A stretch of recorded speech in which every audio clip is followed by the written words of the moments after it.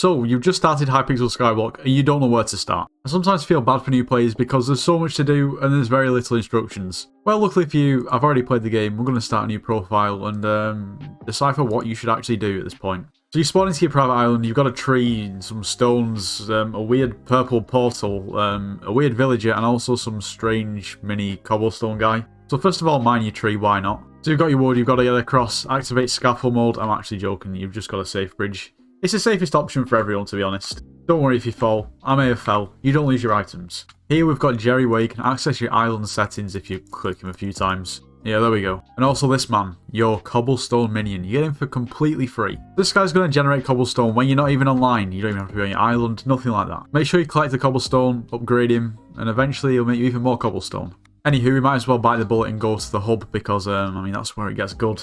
So you've reached the hub. If you right click your little Skyblock nether star, it'll take you to your menu. From there you can access your storage, so at the start it will just be ender chests. You can view all of your skill levels, all of your collections, so you can see what you need to craft what you want. You don't even need a physical crafting table, you've got one right here. So once you've spawned in, you turn to your left, you'll see the bank, you'll see the bazaar, and you'll see the auction house. As it says on the tin, the auction house is basically a place where you can buy and sell items. The items that you buy will be bought from other in-game players, and the items that you sell will be sold to other in-game players. Next up, we've got the bazaar, and when you first start the game, you won't have even unlocked the bazaar, so that's something we definitely need to do straight away. So once again, it's a place where you can basically buy and sell items. Now to actually unlock the bazaar, you'll need farming 7, foraging 7, and also mining 7. So I'd advise that you get mining 7 first. It's really quite straightforward. If you come over here to the mine merchant, you can buy yourself a rookie pickaxe, a promising pickaxe, a golden pickaxe. I'd probably go for the promising pickaxe, so if I was you, 35 coins, that's it. You might be thinking, but Nitros, I literally have 0 coins. Well, if you walk around the hub, click on some of the villagers, they can actually give you some coins to get you started, which is pretty nice. Also, if you do have any other random items, you can click on an NPC and basically just click the item and it will sell it. So for instance, I can sell these sticks here, 2 coins, big stonks. Anyway, go ahead and buy a promising pickaxe and head over this way to the mines. First of all, you can head down here to the right, you can mine some stone, some coal, whatever tickles your fancy. Eventually you'll be able to progress down to the gold mines, and this is where it starts to get tasty. From here you can mine iron, you can mine gold, you can mine coal until you get to mining 7. It's pretty straightforward, to be honest. Anyway, then on to farming. Probably the easiest one to get level 7 and the quickest. Simply come over to the wheat and just hit the wheat. It's as simple as that. You'll get farming 7 fairly quickly. It might take a few minutes. In all honesty, you could potentially buy this rookie hoe, but it's not really necessary. And once again, once you've got all this wheat and seeds, you can simply sell it to the NPC, you'll get some coins, and from there you'll be able to progress onto foraging.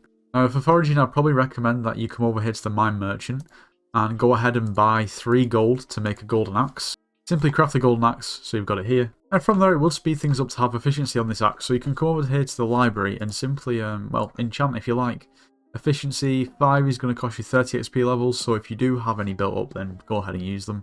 Anyway, you need to simply head over here towards the park, which is where you can actually progress in foraging. But here you can mine these. You can mine these logs. You can mine these trees. Till you get to foraging 7. It's pretty much that simple. Now you can also use a jungle axe to speed this up. Jungle axe is probably one of the best axes when you've just started the game. Unfortunately, you can't buy it straight up. You've got to bid on it, but you can pick one up for fairly cheap, as you can see. They're not too expensive. And as you can see, it basically breaks multiple logs when you actually hit, which is pretty cool. Anyway, within about 10 to 15 minutes, you could probably quite easily have the bazaar unlocked. Now, the reason why the bazaar is so good at the start is because remember back at the NPC when we sold a stack of wheat for 64 coins? Well, this same stack of wheat sells for 335 coins to the bazaar, which is obviously way more coins. Now, the bazaar may seem a little bit complicated at first, but it is fairly straightforward. So when you look at an item on the bazaar, it has a buy price and a sell price. So when you buy items on the bazaar, you have 2 options. You can either buy instantly, which means that you pay a slightly higher price, or you can create a buy order, which basically means if you put a buy order up, if somebody instantly sells something to the bazaar, your order will be filled with the sale, I guess. And the opposite has effect if you sell an item. Essentially, if you instantly sell an item, you're going to get basically less coins because you're not forfeiting your time to wait. But if you create a sell offer, you can get more coins for each item. Essentially, you're then banking on people instantly buying things on the other side, which will then fulfill your order. If you still don't understand it, that's perfectly fine. Just play around, buy a few items, sell a few items, and you'll get to grips with it fairly quickly. So now that we've got the basics boxed off, I'm just going to go through some Important miscellaneous tips that I haven't mentioned so far. When you sell an item on the auction house, you'll pay a fee to list it. You also pay tax when you click the sale of the item. If you die to a mob or fall in the void, or if you just die in general on Skyblock, except if you're on your private island, you will lose half of your coins. That's why at the start of the game it's very, very important to put all of your coins in the bank whenever you can, so you don't lose coins if you do die. Now, by simply having coins in your bank, you'll also earn interest on these coins, which is pretty cool. If you buy a booster cookie, when you die, at any point in the game, you don't lose the coins. Skyblock has a range of different events, and you can actually view the calendar by clicking on the clock icon in your Skyblock menu, and that will show you exactly what's going on and when it's going on. If you enter the community centre, come up to the top over here, there's actually mayors, which is pretty cool. At the moment, we've got Mayor Aatrox, who is great for Slayers, which I guess we could get into further on in the video. But if you walk into the election room, you can see you can basically have your say just like a real election. Each mayor has different perks, which could benefit different people in different ways. Click on the little box here and you can vote for who you want. I recommend you look out for Scorpius, but unfortunately he's not here at the moment. If you vote for him, he'll actually give you free coins, which is really cool. Anyway, we've got the very basics boxed off. But before we go any further, I really would appreciate it if you would subscribe to the channel. And that's because at the moment we're actually trying to beat the population of San Marino with subscribers. Now the population of San Marino is around about that of YouTube rank. Now the plan is to actually visit San Marino in a video. If we get to YouTube rank, we'll be able to claim that we have more subscribers than the population of the whole country, which will be pretty insane. All I'm trying to say is make sure you are subscribed to the channel. It would help out a lot. Anyway, now back to the video. Anyway, back to mining. If you're at the gold mines, you can hop over to the deep caverns on the teleporter. When you get there, this is actually pretty good in terms of progression. From here, you're met with a variation of different levels that you can grind and progress through, such as the Lapis mines, where you can kill Lapis zombies and get dropped some Lapis armor, which is very, very helpful in the early game situation. You can also travel to the Obsidian Sanctuary, which is the very bottom level. In here, you can grind some slightly harder mobs, which in turn drop some pretty strong armor. Now, importantly down here, if you come over to the NPC called Reese, it will ask you to provide him with some enchanted materials, which are basically compressed forms of normal materials, in turn for access to the Dwarven Mines. Once you've provided these materials, you'll then be able to go to the Dwarven Mines through that little menu there. From here, there's a whole new world that opens up. Now, I would first of all recommend coming over to this little shop here. There's an NPC right here as well. Now, it looks like Old Boo Boo is going to sell you some pickaxes. The cheapest one being 10,000 coins. I would definitely recommend buying this just purely because this will then allow you to actually mine mithril, and it will probably be better than anything that you've got at the moment. Anyway, once you've bought your pickaxe, you can then start mining mithril, which is actually a pretty good money making method. I can't lie, at the start of the game it's very nice. As you progress through the Dwarven Mines, you'll come across the King, who will give you commissions in turn for XP. It will give you not only mining XP, but also Heart of the Mountain XP, which will open up an extra little icon on your Skyblock menu at the top, which is pretty cool. From there, you can unlock special abilities to increase your mining fortune, speed, and so on. In the Dwarven Mines, you can also grind these mobs called Ice Walkers, who will drop Glacier armor. Glacier armor is very strong at the start of the game, and I would probably recommend doing it. You could buy this armor, but it is pretty pricey at the moment. Now, while at the Dwarven Mines, you can also grind these little critters here, the goblins. They only have 800 HP, so they're not too hard to kill. Not only that, if you kill enough of them, they will drop you coins, which is a massive plus. I have proven in the past that these can be a pretty effective money making method at the start of the game, so if you do need coins, then by all means, kill the goblins. Now, when you have just started on Skyblock, a true test of strength is whether you can compete in the end. So to locate the end, if you turn left out of the hub, you'll come to this fountain. If you just follow this down, near where you forage, you'll find the graveyard, which will have regular zombies. This might be a good place to grind initially, just because they are pretty much the easiest mobs in the game to kill. If you take a stroll through the graveyard, past all the zombies, in and out, you'll come to this portal here, or jump pad should I say, which will take you to the Spider's Den. You want to go over here. This will be your next place to grind. Same again, you just follow this round all the way to the other side of the island, and here you'll find the jump pad to the end island. Now at this point, if you try and go across it, it may inform you that you aren't combat 12. You need to be combat level 12 to end to the end, and actually be able to do anything there. Now don't fear, when you're a low combat level, it is quite easy to level up. Depending on how much damage you currently do, you can attempt to grind here in the Spider's Den, or if you're a bit more beefy, you can even come down this little hatch here to the Crypt Ghouls. Now these guys have slightly more health, coming in at 2,000, so you may need to get a little bit better before then. Now you might be thinking, how do you expect me to grind these mobs when I don't have a weapon? What weapon should I buy? It's a good question. If you come over here to the weaponsmith next to the mine merchant, click into his menu, you'll be greeted by quite a few different weapons. Now the undead sword is great at the start if you're killing zombies. It does double damage to zombies, which is very nice. The end sword, which obviously will be better when you actually get to the end, does more damage to endermen. The spider sword, which will be great in the spider's den, does more damage to spiders. You get the idea. Something else you can go ahead and buy is the artisanal shortbow for 600 coins. Now this weapon is very, very good at the start.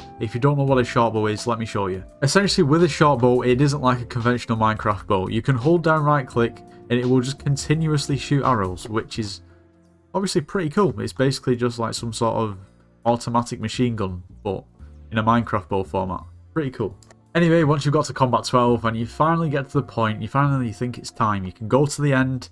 All will be good, you can start to make some substantial coins, you can start to level up massively and so on. You're then greeted by your first challenge. How on earth do you kill a 4500 HP enderman?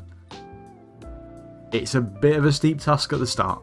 I'll explain in just a moment, but let me put the end into perspective. While these endermen are great, they'll drop you some ender armor, which is very, very extremely useful in the end. Ender armor is an armor set that you basically drop from killing these endermen, which doubles basically all of your stats while on the end island, which is insanely OP. This is definitely the armor set that you want to be using in the end when you've just started off in the game. It's just cracked. It doesn't cost anything, like I said. All you have to do is grind the game and you drop it from these endermen.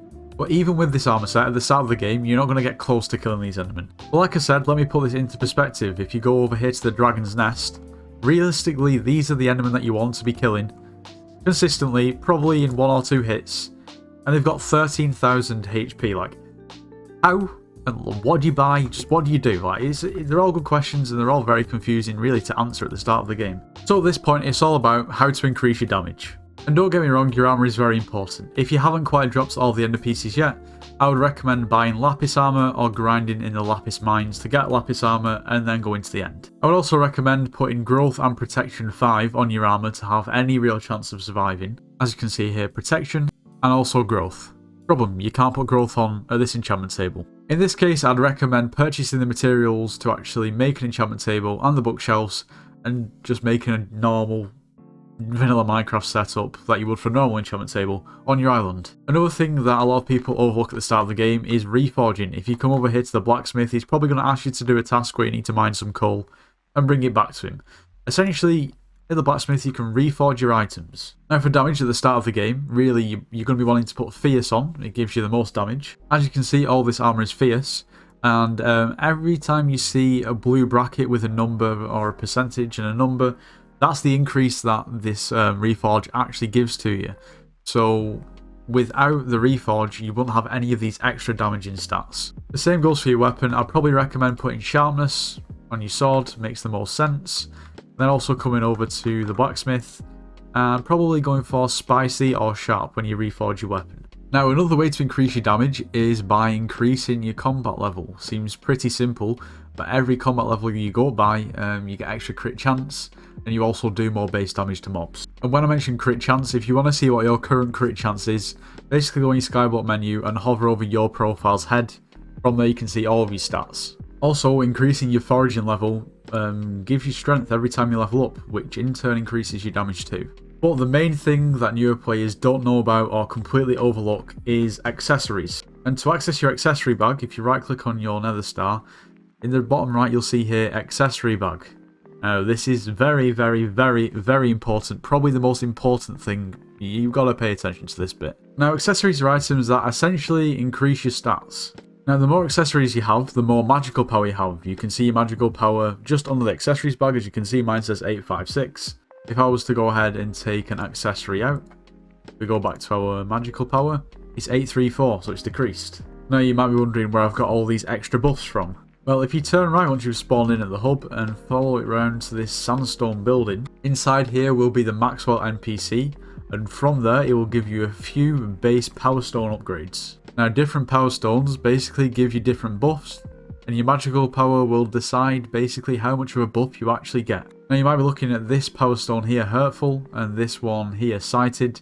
You might not see this in your current setup because you actually have to buy the power stones in order to get these extra buffs in game. Now you do have to pay for them, sometimes they can be expensive, but they are better at the same time. In order to purchase upgraded power stones, you have to come over here to the bazaar. Simply click on power stones, choose your desired power stone that you'd like for your needs, and then you need to buy 9 of them.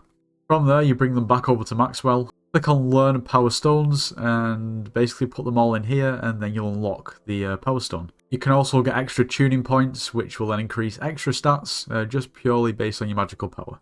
You can pick up your first few accessories via this NPC, the Adventure NPC, right into the bazaar. If you click on him, he'll sell you, what is it? It's 1, 2, he'll sell you 6 accessories, the cheapest ones being 500 coins and the most expensive ones being 10k. So they are quite inexpensive.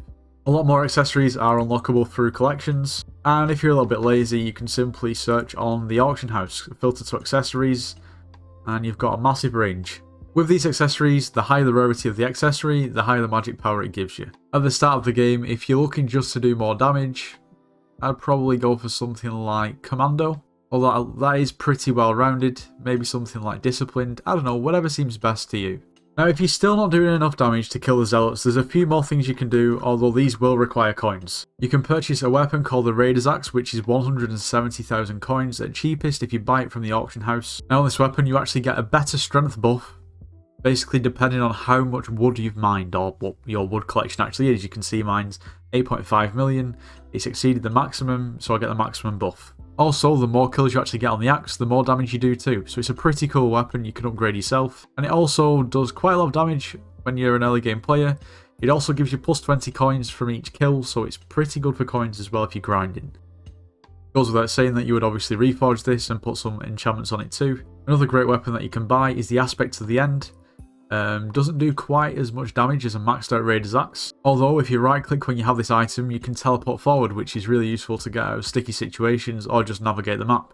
Also, it's still quite inexpensive at around about 180k. At this point, we've not even mentioned pets, and pets are a massive part of actually doing damage on the game. Like I said, if you've just started the game and you're looking for a pet that will increase your damage, that's fairly inexpensive. I would probably go for the Enderman pet. As you can see here, every time you level this pet up, it increases your crit damage, which is very important. You also take less damage from end monsters if you buy rare Enderman, which I would probably recommend considering it's the cheapest one. If you don't know what pets are essentially, well, I guess pets. There's lots of different pets in the game that basically give you different buffs, give you different abilities. They're very, very cool. If you don't have a pet, like I said, I would recommend an Enderman for now. If you're still struggling to do damage, like I said, I mean, the main thing would probably just be grind the game and get your skills up, and then you'll be able to do more damage quite easily. But there is an alternative if you do still have coins, and that would be to buy a God Potion. Now, these are 700,000 coins, which seems pretty steep, although at minimum you're going to be able to get 12 hours of gameplay out of these. It gives you an assortment of positive potion effects. And as you can see here, I do have one active, so you can see all the buffs that it gives you, including critical, which is very important to doing damage, also strength, and so on. You might be thinking, Nitros, this is great, I'm getting stronger in the game, my skills are increasing, I'm unlocking a lot of collections, but I still don't have a lot of coins, and I want items, and I need coins. Well, that's fine. I've got you boys, there's a solution. Just like most businesses make money in real life, they buy things for cheap and sell them for more expensive.